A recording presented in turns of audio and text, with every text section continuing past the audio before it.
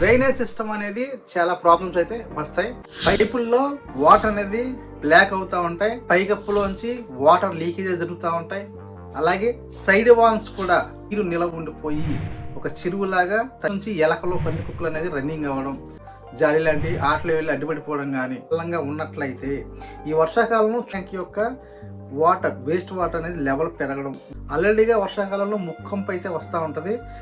గట్లు అయితే ఏర్పాటు చేస్తూ ఉంటాం. ఆ ఇంటి ప్రాంగణంలోనే వర్షం వచ్చినప్పుడు ఒక చెరువులాగా తయారు వరకు చేస్తాం. స్లాబ్ పెంచడం కానీ డబ్బులు ఎందుకు వేస్ట్ అని. ఈ వాటర్ ప్రూఫింగ్ వల్ల మీకు చాలా సెక్యూర్గా ఉంటుంది స్లాబ్ అనేది. హాయ్ ఫ్రెండ్స్, నేను మీ శానిటరీ మెషిన్ని. ఫ్రెండ్స్, ఈ రోజు మన వీడియో వచ్చి వర్షాకాలం అయితే వచ్చేసింది కదా. సో వర్షాకాలం చల్లగా ఉంటుంది అని హాయిగా కూడా ఉంటుంది మనకి. ఈ వర్షాకాలంలో మన బిల్డింగ్ లో లేదా మన ఇంటి చుట్టూరు కూడా ఈ డ్రైనేజ్ సిస్టమ్ అనేది చాలా ప్రాబ్లమ్స్ అయితే వస్తాయి.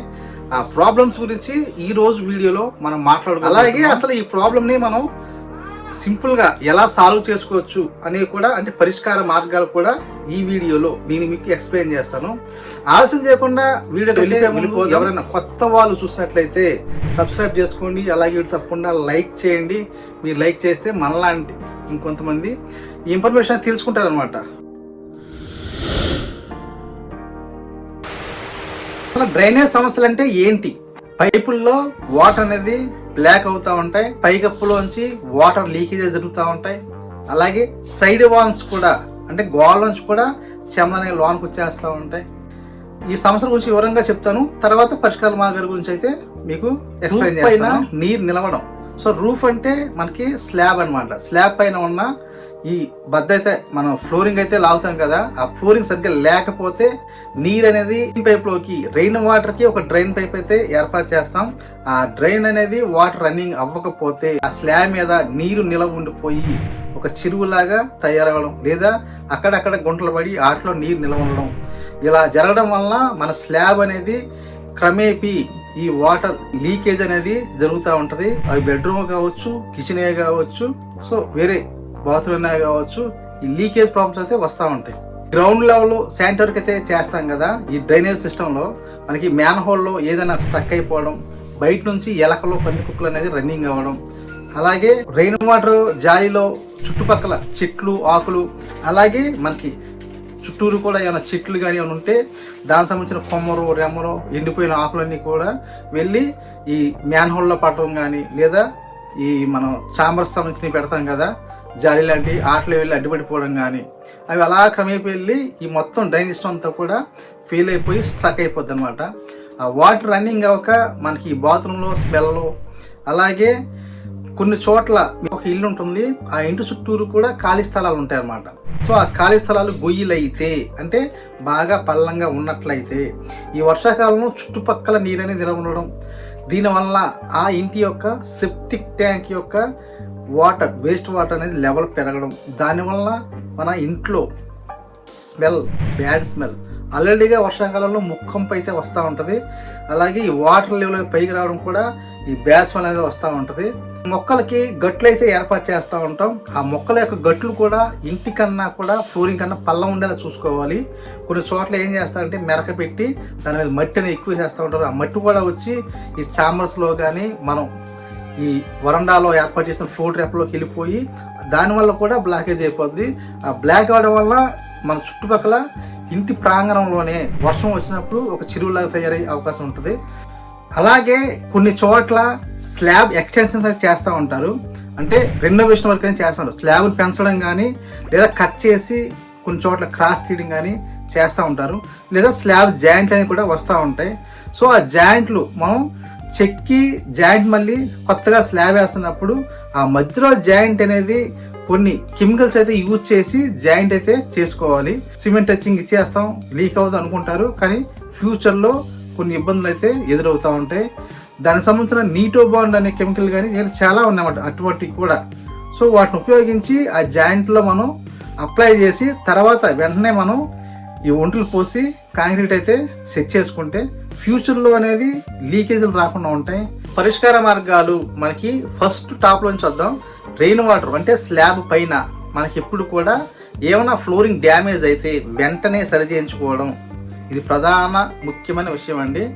సో సమస్య టాప్ మేస్త్రిని కానీ దాన్ని సరి చేయించుకోవాలి. అసలు వర్షం వచ్చినప్పుడు నీళ్ళు ఏమన్నా నిలిస్తే ఆ గుంటలు కానీ లేదా మళ్ళీ అవసరమైతే మొత్తం కూడా బద్దలాగించుకొని సిమెంట్ ఫ్లోరింగ్ దాని మీద ఖచ్చితంగా వాటర్ ప్రూఫింగ్ అయితే చేసుకోవాలండి. ఈ వాటర్ ప్రూఫింగ్ విషయంలో చాలా మంది అశ్రద్ధ చేస్తున్నారు, డబ్బులు ఎందుకు వేస్ట్ అని. ఈ వాటర్ ప్రూఫింగ్ వల్ల మీకు చాలా సెక్యూర్డ్గా ఉంటుంది స్లాబ్ అనేది. స్లోపు కావాలి, డ్రైన్ వాటర్ సిస్టమ్ అంటే ఆ పైపులు కూడా నీరు ఫ్రీగా వెళ్ళిపోయేలా ఉండాలి.